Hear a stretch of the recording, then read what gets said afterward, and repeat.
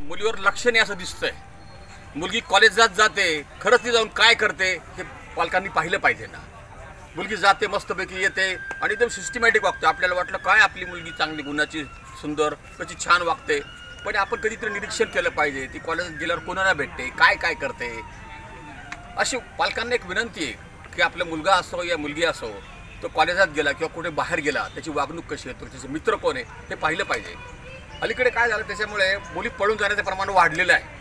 तुम्ही रोज पेपरला बातम्या बघत असेल, टीव्हीवर बातम्या बघत असेल, त्या मुली मुलाला घेऊन पळून जातात। पूर्वी मुलगा मुलीला घेऊन पळून जायचा, आता उलटं झालेलं आहे, मुली मुलाला घेऊन पळून जायला लागलेले आहे। आणि याचं उदाहरण असं आहे की सातारा जिल्ह्यामध्ये एका वर्षात 1200 मुली पळून गेलेल्या आहे। सातारा एका जिल्ह्यामध्ये 1200 मुली पळून गेलेल्या आहे।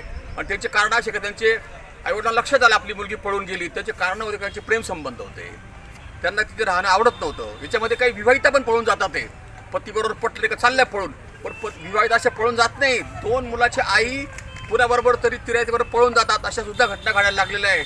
कमाल आहे, 2 मुलं असताना पळून जायला लागल्या। 2 मुली पळून जाणं साहजिकच आहे। अलीकडे BCom झाल्या किंवा BA झाल्या, 12वी झाल्या, त्या मुली परीक्षा सुटल्या का घरी येतच नाही। बाप म्हणतो का घरी येत नाही, त्यानंतर कळतं का पळून गेलेली आहे। आणि माझं असं म्हणणं आहे की मुली पळून जे जातात ना त्याला काय मुलं जबाबदार नाही आहे, त्याला कोणी बळजबरी धरून थोडे नेतं।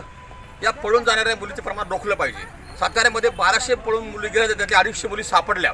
त्यांनी कारणं सांगितली आम्ही का पळून गेलो होतो, त्याचं कोणाबरोबर तरी प्रेम संबंध होते, काही विवाहितांना घरचं आवडत नव्हतं, सातारच्याकडून त्रास होता, काहींचे बाहेर रिलेशन्स होते, अशा प्रकारामुळे पळून जायला लागलेले। इव्हन सातारा नाही तर नाशिक जिल्ह्यात 1000च्या वर मुली पळून गेलेल्या आहे। आकडेवारी आपल्याकडे बघून घ्या। प्रत्येक पालकाने आपली मुलगी, मुलाचं ठीक आहे तो बाहेर जाईल पळून जाईल त्याचा काही फरक नाही पडत, पण मुलगी पळून जाते ही घटना चुकीची आहे, लक्ष ठेवलं पाहिजे मुलींकडे। धन्यवाद। धर्मेंद्र चव्हाण या YouTube चॅनलला सबस्क्राईब करायला विसरू नका, तसेच बेल आयकॉनलाही क्लिक करा।